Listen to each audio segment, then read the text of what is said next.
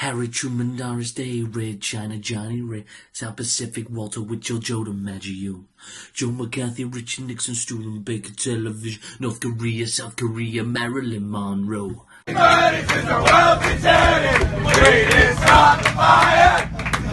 Is it true that you've taken a hat-trick for WHCC?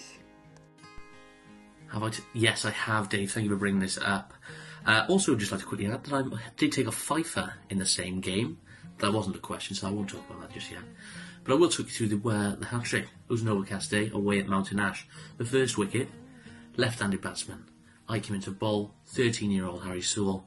Ball comes, he clips it to mid-wicket. Ellis Jones catches it. A little bit of a scruffy catch, but it was still a catch. Second wicket, David, I came in. A little bit of an older gentleman, experienced head, I'd like to say. No match for a young Harry Sewell, middle stump. Then the third ball, no one's expecting it. No one is, not even myself at this stage. Came in. The ball, I gotta be honest, I think it might have moved. Could have been the excitement, could have been the rush of adrenaline. But either way, batsman played straight past it. It takes the top of off. And I don't think anything else has to be said, Dave. What's the longest spell of bowling you've managed? Longest spell of bowling? What a question, Dave. 8, 9? No, it wasn't 8 or 9. It was the 20 overs I was forced into bowling whilst being on tour 2 years ago in Bristol. It's a tough slug, and for the 20 overs I bowled, only taking the 2 wickets. It was quite a painful feat, but nonetheless, it was 20 overs of bowling, Dave. What's your favourite victory in a WHCC shirt? My favourite game, Dave? That would have to be Tredegar at home about 2 years ago. They put on quite a heavy target for us. It was over 200 runs. I can't remember what it was exactly. We went out to bat. We lost a few early wickets, some key wickets as well. A lot of people lost hope. Where both myself and Will Milburn found ourselves in the middle. However, we quickly changed their minds. I scored 74, David. Will scoring 70 odd not out.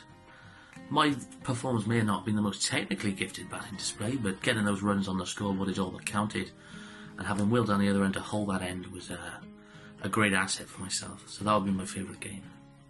Live lounge or prism?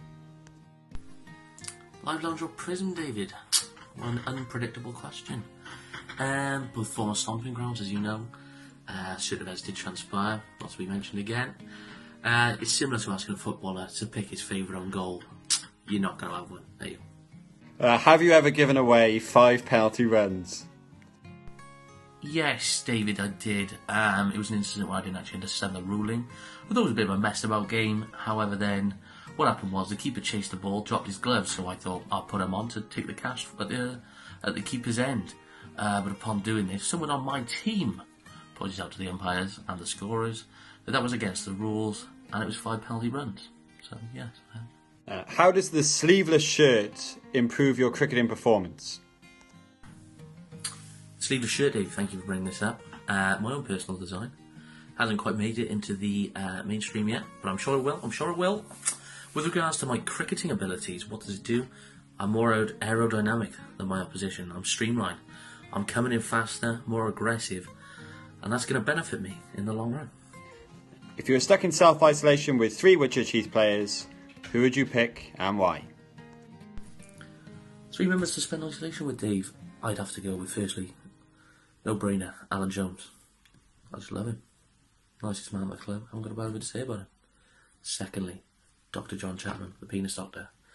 Very intelligent man. They're both 2 very intelligent men, and that made me feel, slightly out of place. So my third choice is going to be Jack Rowland, just to really boost my confidence with regards to my intelligence. Claire Balding or Sandy Toksvig? Claire Balding or Sandy Toksvig, Dave? Interesting question. Always has been Claire Balding, although as of last week, I've gone for more of a Matt Lucas look. So we'll see how that works out for me.